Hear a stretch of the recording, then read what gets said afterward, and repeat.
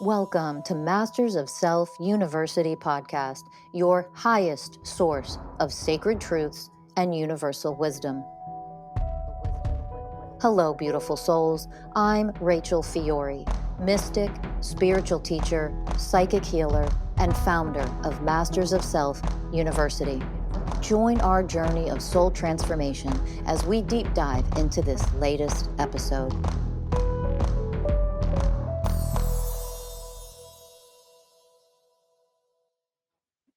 Hello, everyone, and welcome to another episode of the Masters of Self University podcast. I'm your host, Ellie Lee.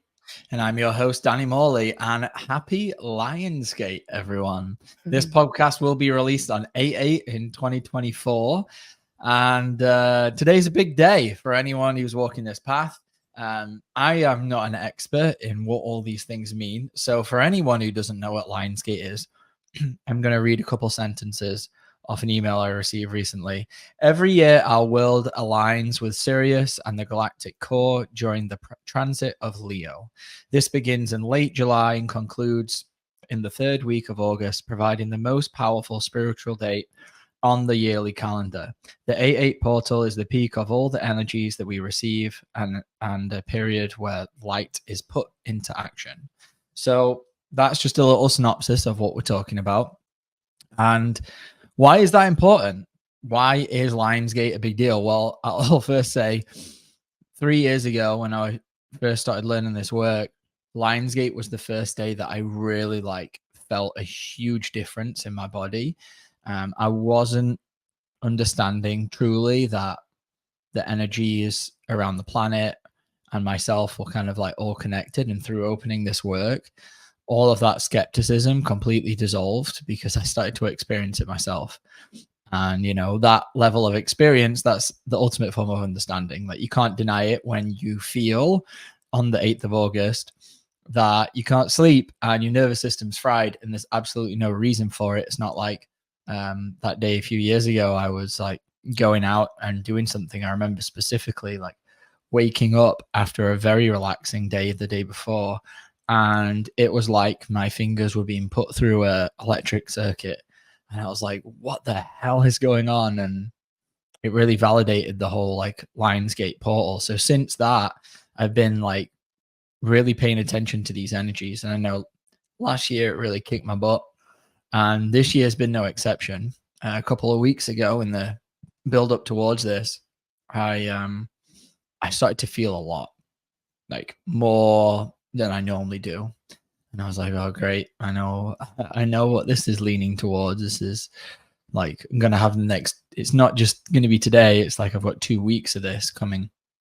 So it's been a journey to get to here today.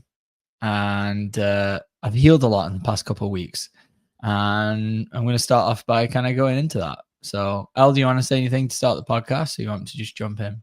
Yeah, I mean, I just think that 8/8, from what I've learned and what I've experienced every year, is just this gigantic energetic portal. It's in the season of Leo, and Leo is the sun. And so it's just, I think a lot of people, what I'm witnessing around me is just a lot of things are coming up for people. I mean, when is it not? But it just feels like we're very much in that arena of the shit's got to come up. And the deepest layers of that shit's got to come up. And then you've got a choice. And so it's just been fascinating, I think, on a physical level, a lot of exhaustion. Okay.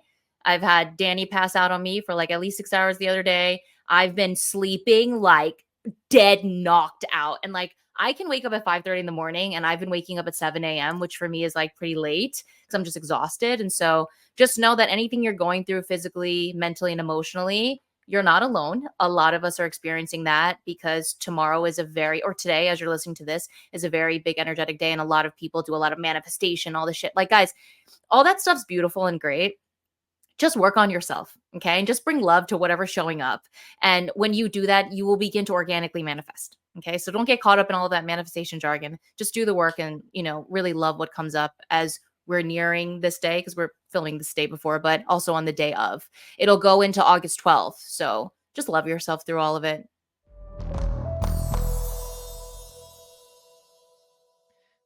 quick announcement, podcast listeners. We are currently enrolling our August group class. We will begin August 12th, Monday at 5 p.m. PST. That will be 8 p.m. EST. So if you are ready, you've been listening to this work, you're feeling a nudge. Yes, it's time to start this work. It's time to start awakening to your programs for real, to elevate your consciousness and obviously transform all the pain that's blocking you from becoming the best, most loving version of yourself. So if you are ready for this journey of inner transformation, please sign up for a free consultation in the show notes below. And I look forward to seeing you there. Enjoy the rest of this podcast. Yeah. And speaking of love yourself through all of it, that's what I've been having to do over the past couple of weeks is, it felt like things just gradually, like the dial just kept on getting like cranked louder and louder with this one particular frequency, which it just feels like stress and static in my body. And I've not had an understanding of where exactly it was coming from. And I had a really beautiful healing with one of our coaches, Trelaw, last week. And that felt like it opened the door even wider. It was going in, and there was this aspect of my inner child, which was extremely stubborn. I remember that's what we started on. He was just stubborn. He was resisting. He didn't want anything to do with going deeper or healing. And, I just honored that and I guided him through, and Trelaw did an amazing job about coaching me through that particular wound. And as I got deeper and deeper, I remember it was turning extremely light. It was a very powerful healing that I was in. And it was one of those where I was feeling really empowered. Sometimes when you go into wounds, it can just be like going into the dark and kind of trudging through and eventually finding your way out. This was more of a like, I went in, I passed the stubborn little kid. I started to awaken, like I do have the power to do this. I can make my own choices. And it was very empowering. It was very light filled. And then just a wave of fear just opened up. And I was like, whoa, that is very different to what I'm experiencing right now. And so obviously I had to go into that. And I didn't know where the fear was coming from. And that's the beauty of this work, is you don't need to fully know. The fear is the memory. And I just opened with it and allowed it to kind of like move through and teach me and show me. And I wasn't getting a whole load of like mental images or anything. I was just simply opening with it. And eventually I ended up like, I remember like hugging myself. And then I felt like I was holding like a child. And it felt like I was like nurturing a younger aspect of me as an older inner child. So I had like multiple inner children at the same time. And yeah, it went deeper and deeper, and it ended up extremely beautiful and extremely powerful. I remember there was many layers of like anger and intensity that were coming through. And ultimately at the end of the healing, I realized that it felt like another layer of the enmeshment that I was in, where I was looking for someone or something outside of me, something that I was holding on to. It was another layer of that, of letting that go. And that stubborn little boy, he didn't want to let go because he didn't think he had the power to. And eventually he found that power, and he was able to kind of start working on himself and realizing, oh, I can connect here. But in that, there was a lot of fear of that detachment and letting go. So I moved through that beautiful healing. And then a couple of days later, I was at work, and I've been working now for the last month or so at a restaurant bartending just to pay the bills. And I couldn't believe how many energies I could feel. I remember that Thursday night, I was like, I feel so strange. It felt just, something felt different. And this was like 2 days after this healing.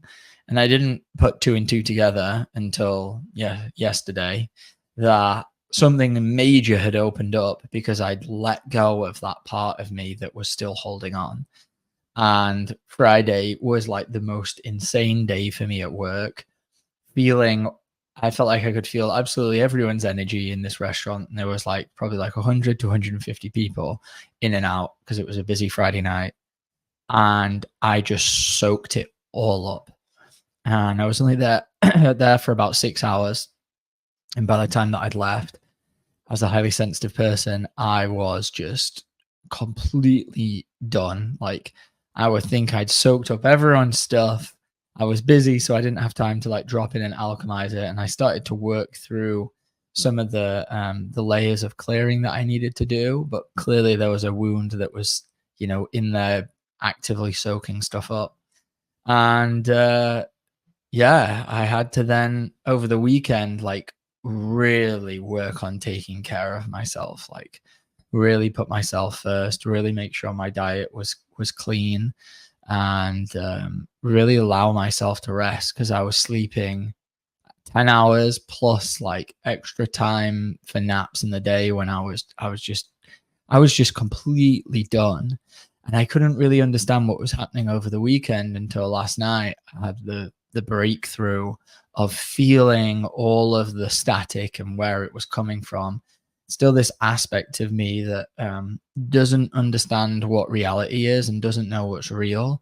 And that was ultimately dating back from the trauma of my mum and my dad separating. And when that happened when I was 6, it created this huge fracture in my psyche.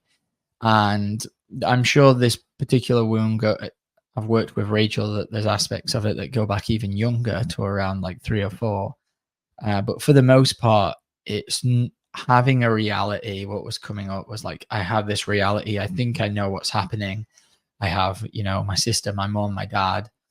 And then at 6 years old, like all of that changing. And now I just have my sister and my dad. And I was enmeshed with my mom. So this is back to like where I was beginning with the share, is like this enmeshment was holding me in place. And now that I'm letting go of that, it's opened up all of this fear that I'm on my own. I don't know what I'm doing. I need support outside of myself. And so it's just been this huge journey of finding that support and guidance within myself and learning to energetically detach from anyone or anything outside of me for me to be okay. So that's kind of like the journey that I've been on. And then through the course of last night, some of the stuff that opened up was like just this worry that Ellie was thinking I was too much for sharing the pain that I was going through, and how I felt like I was going crazy because there was so much coming through. And this is something I've dealt with my whole life. I've always had this like underlying worry that I'm going nuts and I'm not quite right, and that there's something wrong with me. And I see now that that relates back to this moment where last night what was coming out of me was like, I feel like Ellie was lying to me. I feel like underneath our relationship, this is the story that plays, like she's planning to like leave, or she's planning to, she thinks that I'm too much or that I'm going crazy, and she can't handle me and my wounding. And so that's constantly playing out, and there's constantly this shaky static. And I've been feeling this build up for probably like a month now, of like really feeling that energy. And I can tell that this was what I had to heal. So it was what was like being brought through this Lionsgate portal. And there was something else that you shared with me of like when you're talking about how I'm too much, you're gonna leave me, all of these things, and how it directly correlated to your mother. Mm-hmm. Can you go into that a little? Because I think a lot of people could see that as two different incidences. But Dany and I always talk about like your mother and father wounds are going to come out the most in your romantic relationship. Yeah. So in that moment, I was really struggling because I felt like I was losing grip of reality, and the grip of reality was, that fracture of like, I thought I could trust what was happening. I thought I knew what was happening. And then all of a sudden this person who I'm enmeshed with is gone. So now like my safety, my structure, my connection, my love, everything in my world felt like has now gone. And I was so moving through that layer of pain, and all I wanted in that moment was like a sense of validation from my partner, which is, from one aspect, beautiful. Yeah, of course you want your partner to validate your pain, right? Who doesn't? But is there an expectation or a need there? Am I actually looking at her to validate me? And I was in that moment. And so I could feel that you didn't care in that moment. And then what I realized was like, the only reason she's not able to show up the way that I would like her to is not because she doesn't care. What that might be true to some extent. It's because energetically she's not able to be present for my pain because she can't be present for her own. And that came through loud and clear, very strong. I could feel that aspect of my inner child was looking towards my partner, which is a reflection of looking towards my mother, that, hey, mom, I'm going through all of this pain and I need you to be able to see this so that I can understand it and process it and heal it. And that obviously is coming from a massive amount of separation. And that's anything but like divine power. So last night was guiding that part of me to see like, oh, I'm outsourcing my ability to validate and feel my own emotion based on whether or not my partner can do it for me first. And obviously that is a wounded aspect of my inner child that needed to see that so that he can learn to, and that was the guidance. Dany, learn to do this on your own now. You are that powerful.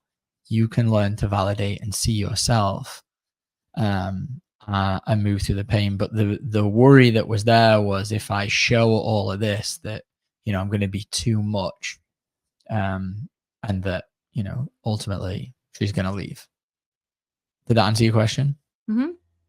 Yeah, and let's just, you know, talk about this real time. That's really triggering to me to hear all of that. You know, when you said it to me last night, I did what I always do and kind of push it to the side of, I can't validate my partner's pain because I don't validate my own. And this is one of the biggest, I guess you can call it hurdles, let's just call it that, that I have dealt with on my journey. Was like, I'm an extremely, extremely sensitive being, and I've always felt so much. And I've always been through so much emotionally, and I was constantly dismissed. You know, I was constantly like gaslighted or like just laughed at, or I just never had anyone who, obviously, I'm sure this is all of us, who would nurture what I was experiencing and moving through. And so over time, well, if they're dismissing me, I'll dismiss me. And so I'm constantly pushing away pain, even though I'm always feeling it. I just don't want to deal with it. And so I'm always doing this, oh, it's here, please go away kind of thing, right? Which is just a complete dismissal of myself. And so it's something that I work on a lot. And it's funny that you say all of that, because as you were talking, I was like, oh, this is what I'm moving through in for the 8/8 portal right now. I mean, there's a lot that I'm moving through. Okay. We don't have enough time in this podcast, but one of the things that I'm moving through is, when the pain comes, stop pushing it away. And for me, it's showing up like, and I don't care if you guys are sick of me talking about this, but I'm going to talk about this till this chapter is done. But my entire existence and reality right now, and everything that I need to heal, is being presented to me through this animal shelter that I'm volunteering at. And it's just constant anxiety every day with these dogs, because are they going to get put down? How much are they suffering? How much are they digressing? How much are they losing their minds? Blah, blah, all this stuff.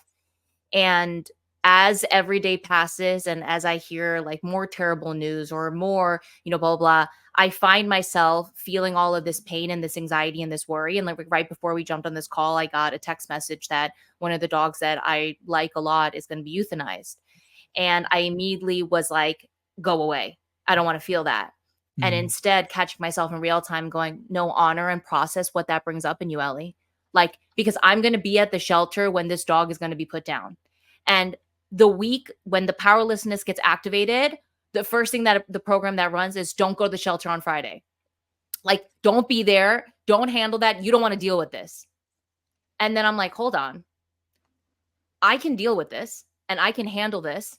And whatever it brings up, I can move through this when I'm connected to myself. So I will be going to the shelter, and I will be spending time with that dog before it gets put down. And I will process everything that I need to process, because me running away from all of this, like, I don't want to live that existence anymore. because that existence is so weak, it's so powerless. And then look how it also affects the people that I love so much in my life. You know, to not be able to show up for my partner's pain because I'm barely doing that for myself, like that is not intrinsically who and what I am. And if I choose to keep vibrating at that frequency where I can't even show up for my partner because I dismiss myself constantly, I will never evolve into the life and into the soul that I know that I'm meant to in this lifetime. So I'm going to do the difficult thing. I'm going to show up and process what needs to be processed. And for me, it's triggering because there's all this guilt that I feel that I haven't been so far that partner for you in that way. But also, it's like that's secondary because who cares if I'm not that for myself?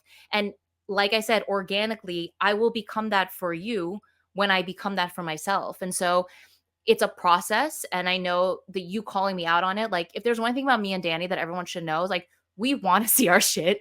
Like even though it's painful and even though it's hard, like obviously like nobody really wants to see like these programs that we run or like these really deep inner child wounds. But like, yeah, it's triggering, but doesn't mean that I can't handle it. And it allows me to see how I'm actually showing up in the world because of how I'm showing up for myself. And so I think this is just it was a beautiful night last night of you calling me out on that. And then allowing me to see like, yeah, and how much do I do that to myself all day? Because I'm not someone that doesn't get triggered. I get triggered all day because I'm so sensitive. I can feel so much. And it's just like, I don't want to do this. I just like, stop. And then I find myself just wanting a life of ease, like all this weak shit. And like, for fuck's sake, like yesterday, Dany and like a bunch of the coaches were moving me through this healing. And in the healing, it was like, Dany, I think you led me into like who I really am. And I'm just like, and this is no ego. Like I'm a fucking badass soul wise, but all of my programs have made me a weak ass. Right. And so I'm healing everything that just keeps me so weak and so small. And I say that with love for myself, but those parts of me need to be transformed. They need to keep dying. And so I appreciate you calling me out. And then I also appreciate myself for being able to hear this, especially on a podcast, and just allowing whatever that triggers to flow through, because who I want to be for you as a partner will be what I become for myself. Yeah. And, last night, as I was realizing all of this, it was just compassion is what I realized. It was like, oh, okay.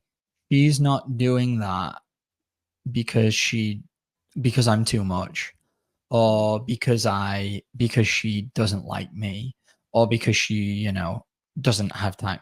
She's doing it because she's just lacks the power to be able to sit in presence with my pain.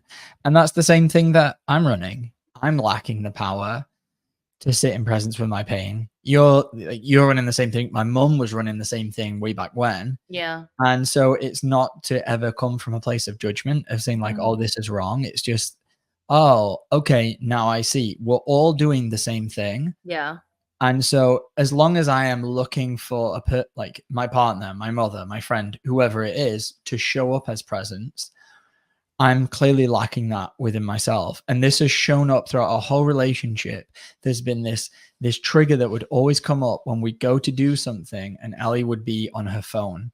She would be like only halfway there because she had other things she was taking care of, whether it's we're taking the dog for a walk and she's on her phone, sending a message or whatever, right? For whatever reason, it would really bother me. And I learned after a while, like, oh, it's because she's not showing up in the way of presence for the dogs or myself, and that aggravates me because I know how much damage that does to a child. But now awakening to that, I had to move through all of the layers of anger that were there, that this person isn't doing what they should be doing, which is, taking care of the dog, or, going for a meal with me or whatever. And obviously that is an extremely selfish energy that, oh, I just want Ellie's attention because she's supposed to give it to me because we're doing this thing together. It's like, that's the inner child that needs healing. And finally, realizing at another layer deeper, there might be more, who knows, that, oh, this is where that comes from. And actually, I feel like in a completely different place now. And I realized last night I was in hysteric laughter because I realized I have cared so much about what other people think about me the whole time I'm so concerned about what Ellie's thinking about me. I'm so worried that she's going to think I'm too much. I'm worried that other people are going to think I'm too much because I'm worried about losing their love and their connection.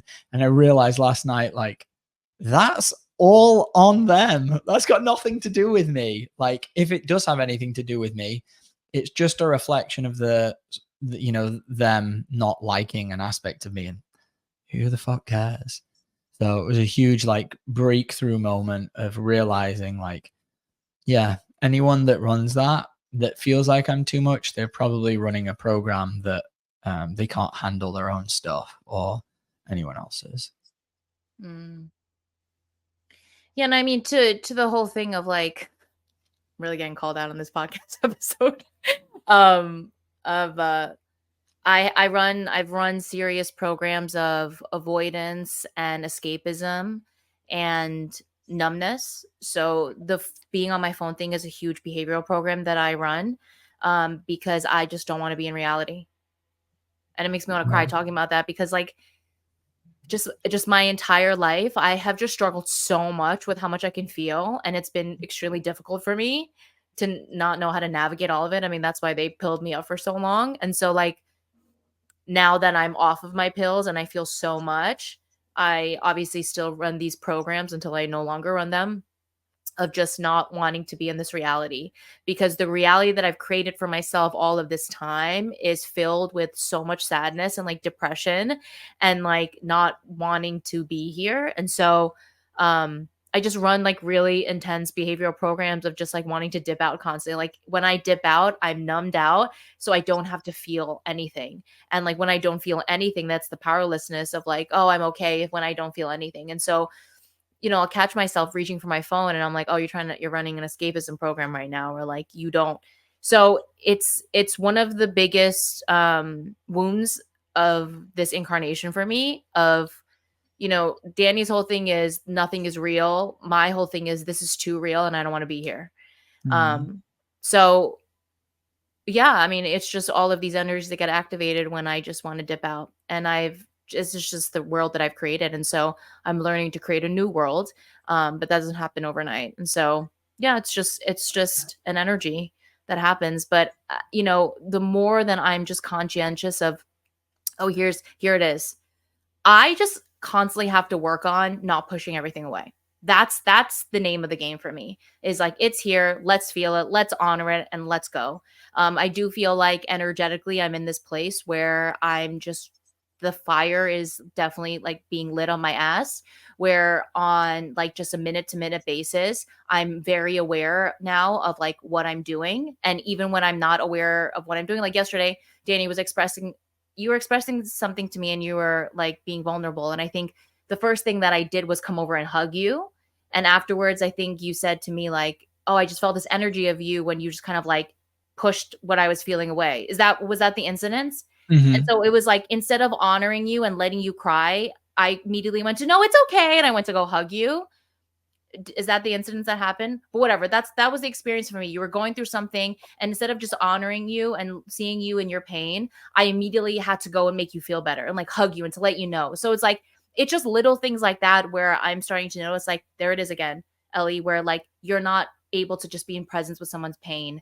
And so it's just little by little that I'm getting to open up more and just having more awareness, which is to me so beautiful. And this is exactly where I want to be on, and just keep pushing myself forward, because I'm just done with the old self so much. So yeah.